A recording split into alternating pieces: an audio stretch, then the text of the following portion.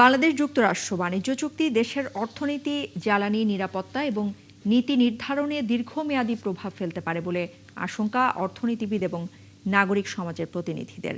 রাজধানীতে এক আলোচনা সভায় তারা জানিয়েছেন, চুক্তিটি নিয়ে এখনও সরকারের অবস্থান স্পষ্ট নয়, তাই জাতীয় স্বার্থ বিবেচনায় এটি পুনর্বিবেচনা বা সংসদে আলোচনার পরামর্শ দিয়েছেন তারা। বিস্তারিত জুলিয়া তানহার প্রতিবেদনে। যুক্তরাষ্ট্রের সাথে হওয়া বাণিজ্য চুক্তি সহ জাতীয় স্বার্থবিরোধী সকল আন্তর্জাতিক চুক্তি বাতিলের দাবিতে এই গোলটেবিল বৈঠকের আয়োজন করে সাম্রাজ্যবাদ ও যুদ্ধবিরোধী জোট। তুরস্কের কথা বলছেন এখানে। বুধবার জাতীয় প্রেস ক্লাবে আয়োজিত আলোচনায় বক্তারা বলেন, যুক্তরাষ্ট্রের সাথে বাণিজ্য চুক্তি দেশের অর্থনীতি, বাণিজ্য নীতিতে সুদূর প্রসারী প্রভাব ফেলতে পারে।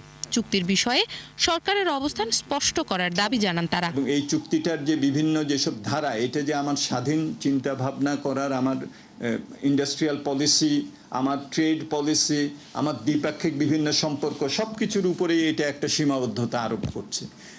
এগুলো কি ভালোভাবে আমরা কি দেখেছি?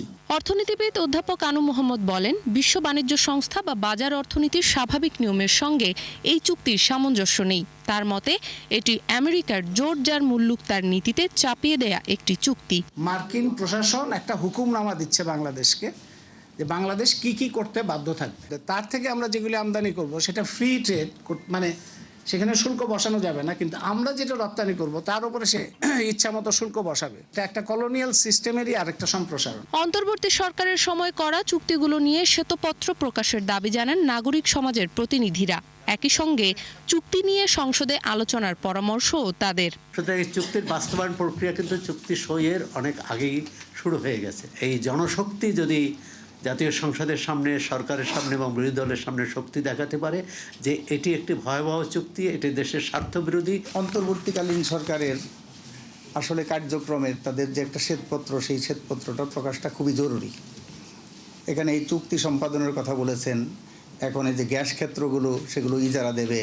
সেই ইজারা দেওয়ার মধ্যে অনেকগুলো আগের যে পিএইচসি ছিল, সেই পিএইচসিটা সংশোধন করে এই কোম্পানিগুলোর যে স্বার্থ, সেই স্বার্থ যাতে রক্ষিত হয়, দেশের স্বার্থ যাতে জলাঞ্জলি দেওয়া হয়, সেইগুলো নিয়ে এই পিএইচসিটা নতুন করে সাজানো হচ্ছে, যাতে বিদেশি কোম্পানিগুলো লাভবান হয়। অনুষ্ঠানে বক্তারা আরও বলেন, দেশের অর্থনৈতিক ও কৌশলগত স্বার্থের সঙ্গে জড়িত গুরুত্বপূর্ণ বিষয়গুলোতে জাতীয় ঐকমত্যের ভিত্তিতে সিদ্ধান্ত হওয়া উচিত। আমাদের নিজের নীতির উপরে আমাদের পুরোপুরি নিয়ন্ত্রণ থাকতে হবে। জুলিয়া তানহা, ৭১, ঢাকা।